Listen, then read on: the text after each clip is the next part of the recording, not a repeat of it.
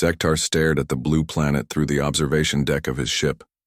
He had been a soldier for 32 years. He had fought in 17 different wars across the galaxy. He had seen every type of battle that existed. Now his commanders wanted him to watch humans fight. The mission seemed like a waste of his time. Humans were new to space. They had only left their home planet 50 years ago. They were still fighting with primitive weapons and simple tactics. The Velthani coalition had been watching them expand into nearby star systems, but nobody worried about them. They were just another young species trying to find their place in the galaxy. Zektar's job was to observe. The humans were having a conflict with the Krex Dominion over some asteroid mining rights. 3 asteroid belts contained valuable metals that both species wanted. The Krex were experienced fighters. They had been conquering worlds for over 200 years. The humans had no chance of winning. His ship moved closer to the battle zone around Kepler 442b. Zektar activated his recording equipment and began taking notes. The human fleet looked small and disorganized compared to what he was used to seeing. Their largest ship was barely half the size of a standard coalition cruiser. Their weapons were basic energy cannons and primitive missiles. Their formation flying looked sloppy and unprofessional. The human commander was a man named Colonel Jake Morrison. Zektar watched him through intercepted communications. Morrison appeared to be in his 40s with gray hair and tired eyes. He gave orders in a casual way that would never be acceptable in the Velthani military. He even made jokes with his subordinates during tactical planning sessions. This lack of discipline proved that humans were not serious warriors. Lieutenant, Amy Foster served as Morrison's second-in-command. She was young and seemed to let emotions affect her decisions. During one planning meeting, Zektar observed her arguing with Morrison about civilian evacuation procedures. She wanted to risk military assets to save non-combatants. Any proper military officer knew that mission objectives came before individual lives. Her emotional thinking showed that humans were too weak for real warfare. The enlisted soldiers were even worse. Sergeant Carl Lopez led a unit of ground troops stationed on the mining platform. His men talked and laughed during briefings. They questioned orders and made suggestions to their superiors. They treated each other like friends instead of maintaining proper military hierarchy. Zektar had never seen such an undisciplined fighting force in his entire career. The Krex forces looked much more professional. Their ships moved in perfect formations. Their communications were brief and efficient. Their commanders gave clear orders that were followed without question. Admiral Vexkol led the Krex fleet with the kind of cold precision that Zektar respected. The Krex had superior numbers, better technology, and proper military discipline. The outcome of this conflict was obvious. Zektar began writing his preliminary report while watching the 2 fleets position themselves for battle. He noted that human tactical doctrine appeared to be based on outdated theories from their pre-space era. They seemed to favor direct assault over sophisticated maneuvering. Their ship captains acted independently instead of following coordinated battle plans. Their ground forces were equipped with weapons that were at least 50 years behind current galactic standards. The most concerning thing about the humans was their apparent inability to recognize when they were beaten. Zektar had reviewed recordings of previous human conflicts. In every case, humans continued fighting long after any rational species would have surrendered. This was not courage or determination. This was simply poor judgment and lack of strategic thinking. One particular incident stood out in his research. 6 months earlier, a human transport ship had been attacked by pirates near the Centauri system. The ship was outnumbered 10-1 and had no military weapons. Instead of surrendering and negotiating for their lives, the humans had rammed their transport into the largest pirate vessel. Both ships were destroyed, but the pirates were so shocked by this response that they fled the system. Other species called this heroic. Zektar called it wasteful and stupid. The Velthani way of war was based on honor, efficiency, and measured response. Warriors fought to achieve specific objectives with minimal casualties. Battles had rules and boundaries. There were proper ways to surrender and proper ways to treat prisoners. War was a tool of politics, not an expression of madness. humans, seemed to approach conflict differently. They appeared to view warfare as personal rather than political. They fought with an intensity that seemed inappropriate for the stakes involved. They made sacrifices that provided no tactical advantage. They refused to quit even when quitting was the smart choice. Zektar finished his preliminary observations and prepared to transmit them to Coalition headquarters. His recommendation was clear. Humans posed no significant military threat to established galactic powers. Their expansion could be controlled through standard diplomatic pressure and economic sanctions. Direct military intervention would be unnecessary and wasteful. The battle was scheduled to begin in 12 hours. Zektar expected it to last no more than 6 hours. The Kreks would demonstrate their superior firepower and tactics. The humans would realize they were outmatched and negotiate a surrender. Some mining rights would change hands and life would continue as normal. He had seen this pattern hundreds of times before. Young species always thought they were special. They always believed they could fight above their weight class. Reality always taught them otherwise. The galaxy had rules, and those rules were enforced by species that understood the true nature of power. Zektar settled into his observation post and checked his instruments one final time. All recording equipment was functioning properly. His analysis computers were ready to process tactical data. His communication array was prepared to send regular updates to his superiors. Tomorrow, he would watch another predictable battle between an experienced military force and naive newcomers. Tomorrow, he would gather the evidence needed to file a standard report about another minor species learning their place in the galactic order. Tomorrow would be just another day of routine military observation for a veteran who had seen everything there was to see. Zektar had no idea that tomorrow would change everything he thought he knew about war. The first shots were fired at dawn. Zektar watched through his instruments as the Kreks fleet moved into attack formation. Admiral Vexkol's ships spread out in a perfect line, just like the textbooks taught. Their weapons charged up in synchronized patterns. Their shields activated at exactly the right moment. Everything happened with the precision that Zektar expected from professional soldiers. The human response was chaotic. Their ships broke formation immediately. Some moved forward, while others pulled back. Captain Lisa Reed, of the UES Dakota, charged straight at the Kreks line while Captain Joe Barnes of the UES Oregon tried to flank around the side. There was no coordination, no unified strategy. It looked like complete confusion. Zektar shook his head and made notes about human tactical failures. This was exactly what he had predicted. The humans were proving that they had no understanding of proper space combat. They were about to learn an expensive lesson about fighting experienced enemies. The space battle lasted 3 hours. The Kreks ships methodically picked apart the human fleet with superior firepower and better positioning. 2 human vessels were destroyed outright. 3 more suffered heavy damage and were forced to retreat. The remaining human ships fell back to defensive positions around the mining station on Kepler 442b. Admiral Vexkol ordered his boarding parties to prepare for assault. The Kreks would take the mining station and capture any surviving humans. This was standard procedure. Once the humans saw they were beaten, they would surrender and negotiate terms. The whole conflict would be over by evening.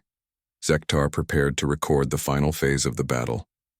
He expected to document a textbook example of how superior military discipline defeated amateur enthusiasm. His report would show other coalition members that humans were not worth worrying about. The Kreks boarding ships approached the mining station without resistance. The station's defensive weapons had been knocked out during the space battle.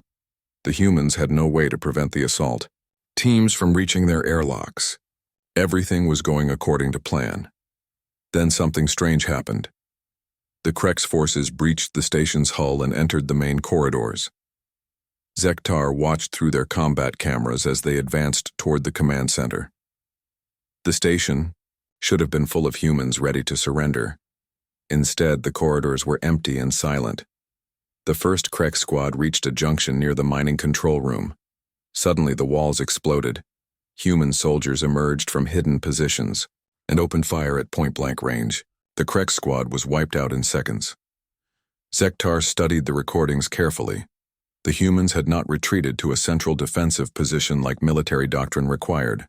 Instead, they had hidden throughout the station and were fighting. From every corridor, every room, every maintenance shaft. They were turning the entire facility into a battlefield. Private Danny Clark was trapped in the lower levels when the Krex cut off his escape route. His left arm was broken from an explosion. His rifle was almost out of ammunition. Any reasonable soldier would have surrendered at this point. Instead, Clark continued fighting. He used makeshift weapons. He set traps with mining equipment. He fought alone for 6 straight hours against overwhelming odds. Medic Lisa Grant was supposed to stay in the medical bay and treat wounded soldiers. When the fighting started, she ignored her orders and ran into the combat zones. She dragged injured humans to safety while energy bolts flew around her. She performed surgery in corridors while battles raged nearby. She saved 12 lives by doing things that should have gotten her killed. Captain Ben Taylor commanded the human ground forces from the station's command center. When the Krex surrounded his position, he had 2 choices.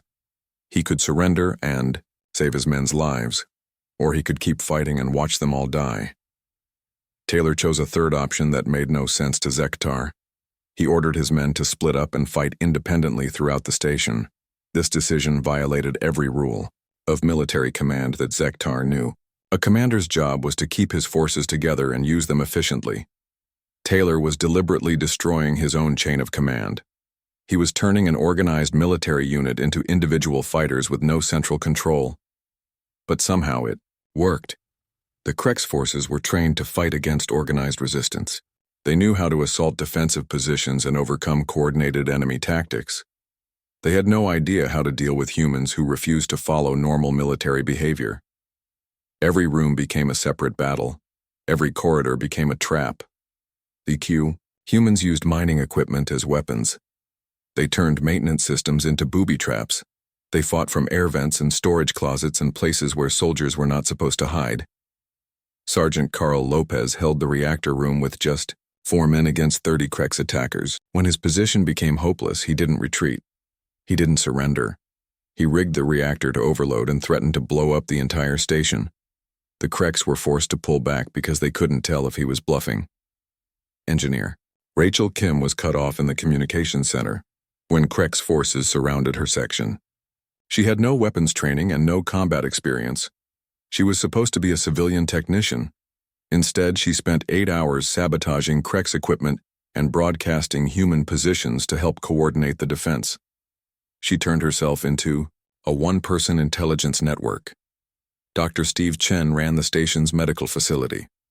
When wounded humans started arriving, he performed surgery while the building shook from explosions. He operated on patients while wearing a combat helmet. He saved lives in conditions that should have made medical treatment impossible. Zektar watched all of this with growing confusion. The humans were doing everything wrong according to military science. They were scattered, disorganized, and outnumbered. They had inferior weapons and no hope of reinforcement. They should have been defeated hours ago. Instead, they were winning. The Krex assault forces were taking heavy casualties. Their advance had stalled completely. Their commander was requesting additional troops and heavier weapons. Admiral Vexkol was forced to commit his reserve forces to what should have been a simple boarding action. As night fell on Kepler 442b, Zektar realized he was not watching a normal battle anymore. He was watching something he had never seen before in 32 years of military observation. He was watching soldiers who refused to accept that they were beaten. The humans weren't fighting to achieve tactical objectives. They weren't following strategic plans. They were simply fighting because they would not stop fighting. They had turned warfare into something personal and desperate and completely unpredictable. For the first time in his career, Zektar began to worry about what he was going to put in his report. Admiral Vexkol was getting angry. The simple boarding operation had turned into a nightmare that lasted 3 days. His elite shock troops were supposed to end human resistance quickly.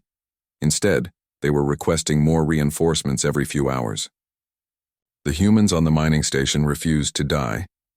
Zektar watched the Krex commander pace around his bridge through intercepted communications. Vexkol had fought dozens of battles across the galaxy.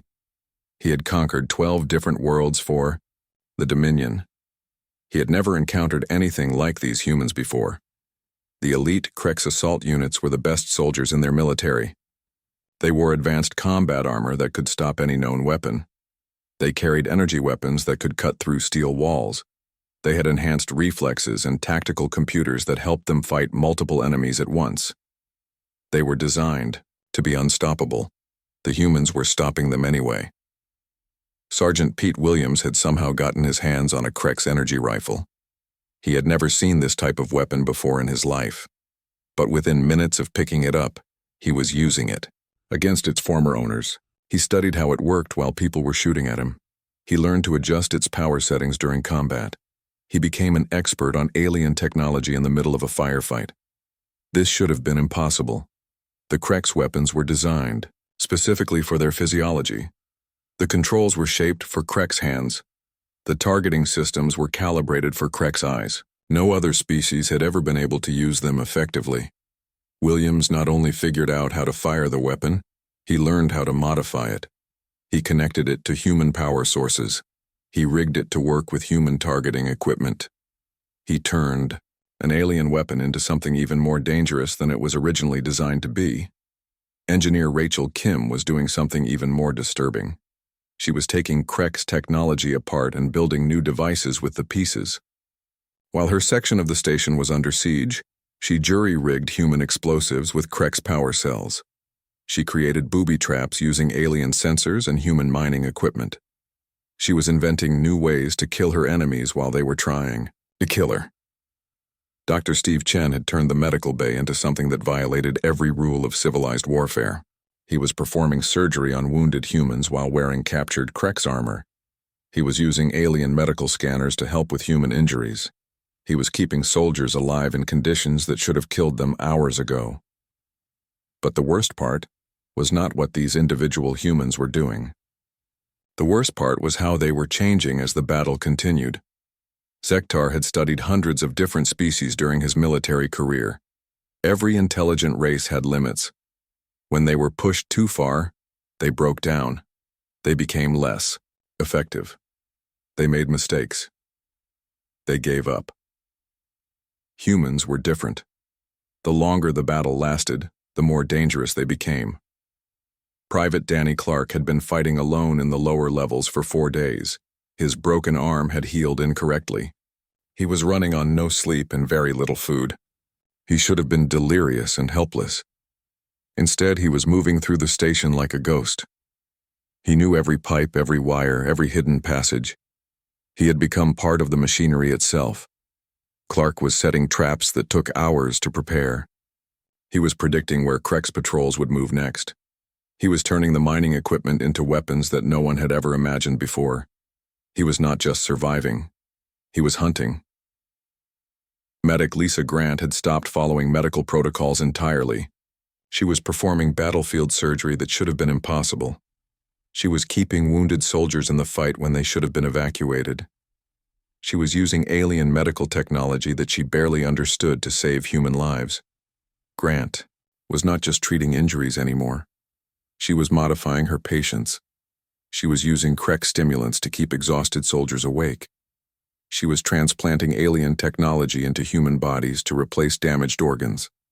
She was creating hybrid warriors who were stronger and faster than normal humans. Captain Ben Taylor had abandoned all pretense of military command structure. His soldiers were scattered throughout the station with no central coordination. They were making their own tactical decisions. They were inventing their own weapons. They were fighting their own private wars against the invaders. This should have resulted in complete chaos. Instead, it was working better than any organized defense could have. The humans were adapting to the battle faster than the Krex could adapt to them. They were evolving in real time. The breaking point came on the 5th day. The human command ship, UES Liberty, suffered catastrophic damage during a Krex bombardment. The ship was venting atmosphere and losing power. Any rational crew would have evacuated immediately. Captain Laura Hayes made a different choice. She ordered her crew to ram the Krex flagship. Zektar watched in horror as the Liberty changed course and accelerated toward Admiral Vex Cole's command. Fessel. The human ship was breaking apart as it moved. Pieces of hull were flying off into space. The engine was overloading. The ship should have exploded before it reached its target. It did not explode. It held together just long enough. The collision destroyed both ships instantly, but just before impact, Lieutenant Commander Paul Davis led a boarding party through the Liberty's damaged hull. They jumped across the gap between ships while explosions were happening around them. They landed on the Krek's flagship and planted nuclear charges inside the command center. Zektar's instruments recorded both ships exploding at the same time. The blast was visible from 3 different star systems. The shockwave damaged several nearby vessels. The Krek's fleet lost its command structure and most of its senior officers in a single moment. Admiral Vexcol died believing that humans were insane. His final transmission to the Dominion warned that these creatures did not follow any known rules of warfare. They fought like they had nothing to lose and everything to gain from dying. The remaining Krek's forces retreated immediately. They had superior numbers and better technology. They could have continued the battle and eventually won through attrition. Instead, they fled the system as fast as their ships could travel. They ran because they realized they were not fighting soldiers anymore. They were fighting something that existed beyond normal military thinking. They were fighting creatures who became more dangerous the closer they came to death. Zektar sat in his observation post and stared at the debris field where 2 ships had destroyed each other. He tried to process what he had witnessed. He tried to fit it into his understanding of how wars were supposed to work. He could not do it. What he had seen was not warfare. It was something else entirely, something that had no name in any language he knew. 3 months had passed since the battle at Kepler 442b. Zektar sat in his private quarters aboard the Coalition research vessel Eternal Wisdom. The lights were dimmed because bright light hurt his eyes now. He had not slept properly in 96 days. Every time he closed his eyes, he saw human faces. Captain Laura Hayes smiling as her ship broke apart around her. Lieutenant Commander Paul Davis jumping through vacuum toward certain death. Private Danny Clark moving through dark corridors like a hunting animal. The images played over and over in his mind without stopping. His medical officer had given him sleeping drugs. They did not work. His counselor had tried therapy sessions. They made things worse. Nothing could erase what he had witnessed during those 5 days of battle. Nothing could make the memories stop coming back. Zektar had written his official report 7 times.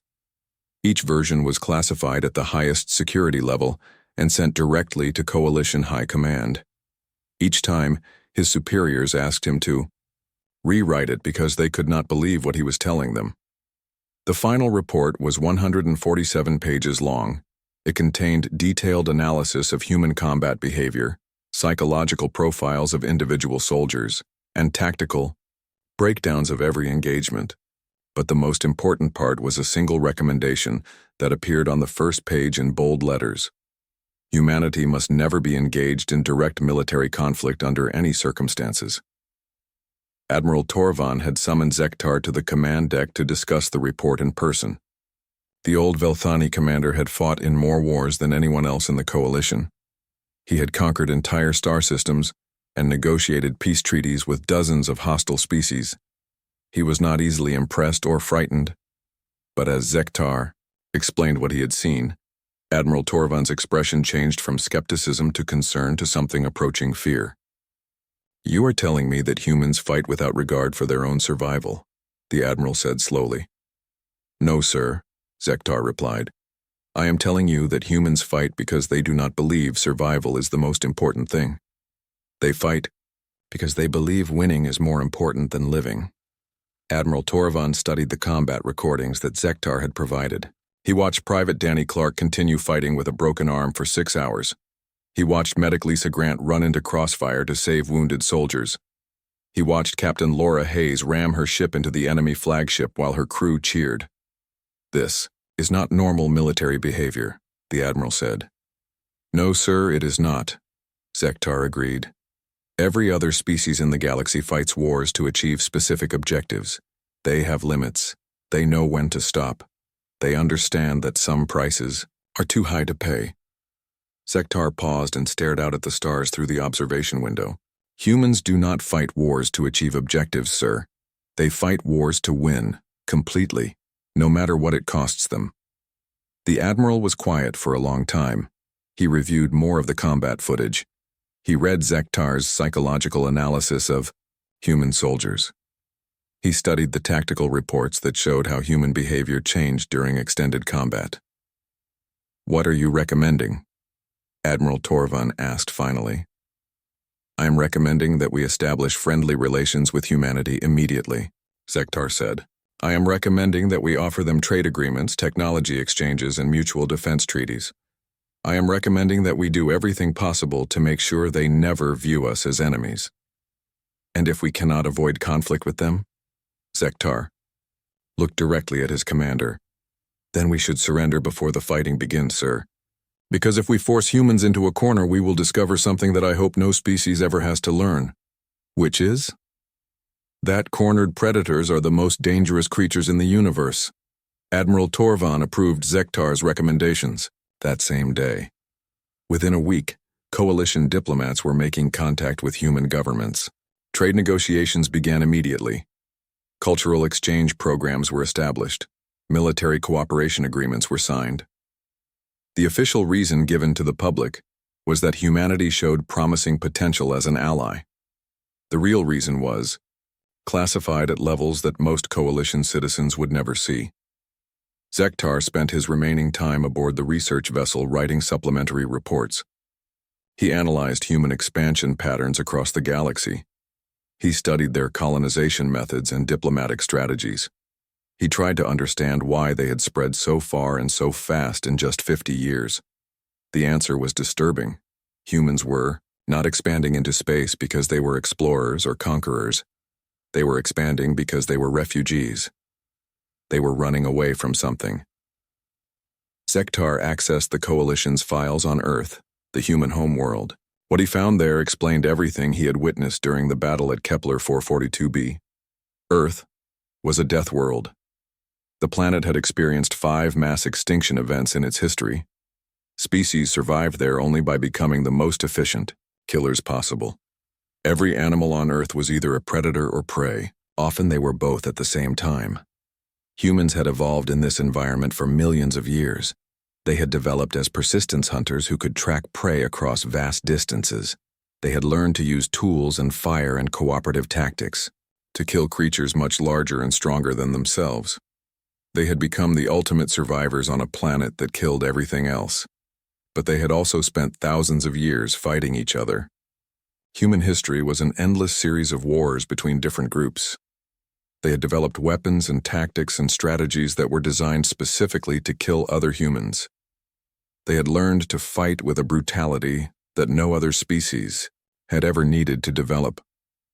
When humans finally left Earth and spread into space, they brought this evolutionary legacy with them. They carried within themselves the genetic memory of a world that had taught them that survival required absolute dedication to destroying anything that threatened them. Zektar's final report to Coalition High Command was a single sentence. Any species that makes an enemy of humanity will learn why they are the only intelligent life that survived on their home world. The Coalition's response was immediate and unanimous. Emergency diplomatic protocols were activated. Ambassador ships were dispatched to every human colony and outpost. Standing orders were issued to all military commanders. Under no circumstances should coalition forces engage human targets without explicit authorization from High Command. Zektar was transferred to a research station in the Outer Rim and given a new assignment studying asteroid mining techniques. It was a quiet job that kept him far away from any potential conflict zones. His superiors told him it was a reward for his excellent service. He knew it was because they were afraid of what might happen if he encountered humans again. The nightmares continued. Every sleep period brought new visions of human faces twisted with determination that bordered on madness. Zektar began to understand that he would carry these memories for the rest of his life. He had learned something that no Velthani was supposed to know. He had discovered that somewhere in the galaxy, there was a species that could not be defeated, because they refused to accept that defeat was possible. They were still out there, still expanding, still carrying within them the evolutionary legacy of the most dangerous world in the universe. Zektar never slept soundly again.